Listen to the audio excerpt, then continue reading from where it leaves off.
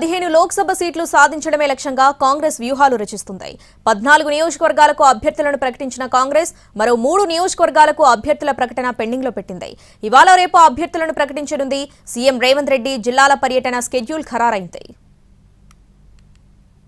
ఎన్నికల నోటిఫికేషన్ రావడంతో కాంగ్రెస్ ఇక ఎన్నికల ప్రచార వ్యూహాన్ని మొదలుపెట్టింది. నామినేషన్ నుంచే ప్రచారం స్పీడ్ పెంచాలని నిర్ణయించింది. నామినేషన్ ర్యాలీలు ఒకవైపు, ఎన్నికల ప్రచార సభలు మరోవైపు నిర్వహిస్తూ జనంలోకి వెళ్లాలని కాంగ్రెస్ నిర్ణయించింది. పార్లమెంట్ ఎన్నికలు తమ పాలనకు రెఫరెండం అని ప్రకటించి ఈ ఎన్నికలను సవాల్గా తీసుకున్నారు రేవంత్ రెడ్డి.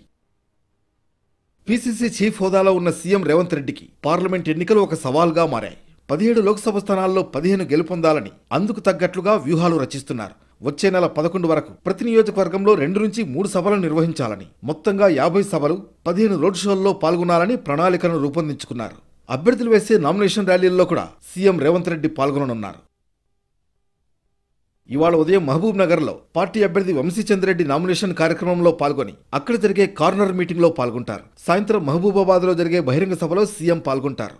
20న మెదక్ అభ్యర్థి నీలం మధు నామినేషన్ కార్యక్రమంలో పాల్గొని సాయంత్రం కర్ణాటక ప్రచారంలో పాల్గొంటారు. 21న భువనగిరిలో పార్టీ అభ్యర్థి చామల కిరణ్ నామినేషన్ కార్యక్రమంలో పాల్గొంటారు. 22న ఉదయం ఆదిలాబాద్లో నిర్వహించే సభలో, 23న నాగర్ కర్నూల్లో జరిగే బహిరంగ సభలో సీఎం పాల్గొంటారు. 24న ఉదయం జహీరాబాద్, సాయంత్రం వరంగల్ సభల్లో పాల్గొంటారు రేవంత్.